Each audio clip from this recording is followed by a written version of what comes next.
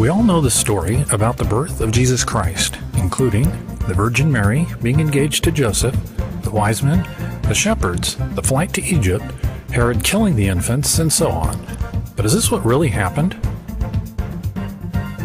We're going to find out by looking into the accuracy of what has been passed down to us in our Bibles.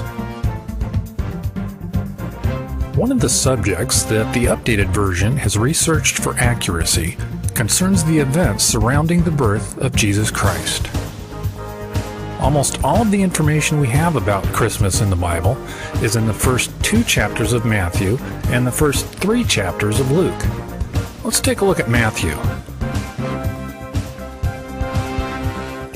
Here we have a rough timeline of the birth of Jesus according to Matthew.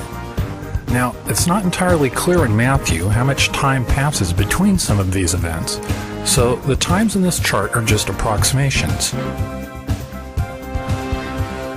In Matthew, we have the story which involves Mary being found pregnant while she was only engaged. And while Joseph is considering divorcing her, an angel appears assuring him that everything is okay. Then, after Jesus is born, wise men from another country follow a star to Jerusalem, looking for the King of the Jews. And Herod asks them when the star appeared and to report back to him. Then the wise men are led by the star which stood over where Jesus was. They find him and opened all types of gifts, gold, frankincense, and myrrh. And before they leave, they are warned by God in a dream not to return to Herod. Then, Joseph has another dream where an angel tells him to flee to Egypt because Herod is going to try to kill Jesus. So, Joseph and Mary take Jesus to Egypt. Then, Herod kills all the infants in Bethlehem and the surrounding area, 2 years old and younger. After Herod dies, an angel appears to Joseph in a dream in Egypt, telling him to return to Israel. So, he goes back, then is warned in another dream on the way back not to go to Judea. So, instead he goes to Nazareth. Quite a dramatic series of events. Did any of that really happen? Let's find out. In researching the birth story that we have in Matthew, some serious problems began to surface. In about the last 100 years, additional evidence has been found that shows what we have in Matthew in our Bibles today is not what was there originally. This problem is not limited to just the birth narrative, but is actually found throughout Matthew. We're going to break up this discussion of Matthew into 3 sections. First, we'll talk about what evidence there is. Second, we'll go through the types of differences and some examples of them. And then third, we'll discuss what needs to be done about this. So first, here's some evidence which shows that what we have today in Matthew is not what was there originally.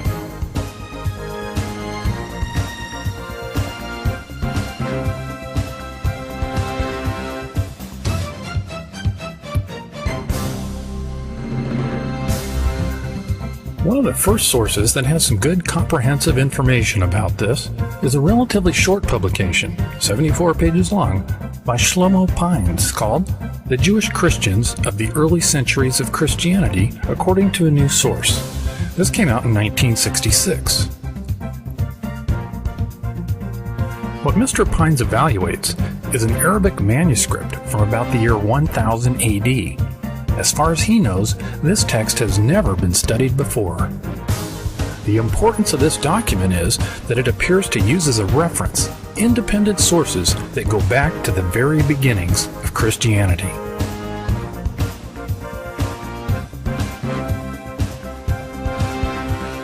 We read on page 23 regarding the Gospel of Matthew. It seems to be presupposed that the original Gospel did not contain an account of the birth and life of Jesus. What he means by this is that Matthew originally did not record a story about the birth of Jesus Christ. Matthew also did not record much of the material which we might call the narration. The narration is the extra material which ties together the events and teachings of Jesus in a logical sequence. And then he goes on to discuss the importance of this. The importance is, it is an independent tradition that seems to answer a problem that has long been debated. What is that problem? Well, From other sources, we have a quote from Eusebius, who was a 3rd century historian, and he lived from about 260 AD to 339 AD. Now, at one point, Eusebius quotes Papias. Now, Papias lived from about 60 AD to 130 AD. This was very close to the time of the original writings of the Gospels. And Papias said, Matthew compiled the sayings in the original Hebrew language, and everyone translated them as well as he could. The question has been, what does the word sayings mean?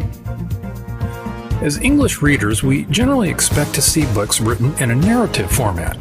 That is to say, we have a running story in chronological order of what the characters said. And we also have an ongoing narration, which tells us what is going on and when it is happening. But that is not always the case in other writings. We often see writings that merely contain sayings, that is, just collections of various sayings or events. We also see that many times these collections of sayings are not written down in chronological order.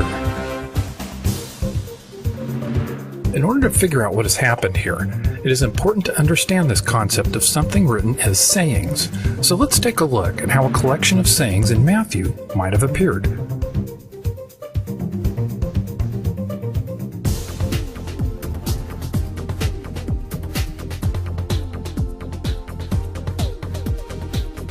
What we'd expect to see are various sayings or events together in one place, but not necessarily related to each other.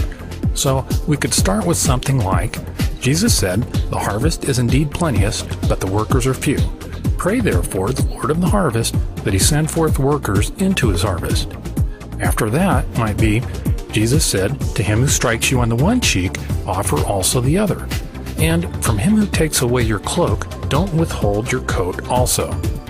And then after that we could have, Jesus said, "No man can serve as a slave to two masters, for either he will hate the one and love the other, or he will hold to the one and despise the other. You can't serve as a slave to God and mammon." So assume this goes on like this for page after page, and then pretend that you come across it and try to make it into something that resembles a book as we know it. How would you go about putting this together? It would be very similar to a big jigsaw puzzle. So what we have in Matthew today is not just a translation, but an attempt by someone to rearrange the original material into a smooth story. This might not be so bad if it were done faithfully. Now, let's go back to the document we were looking at a few minutes ago.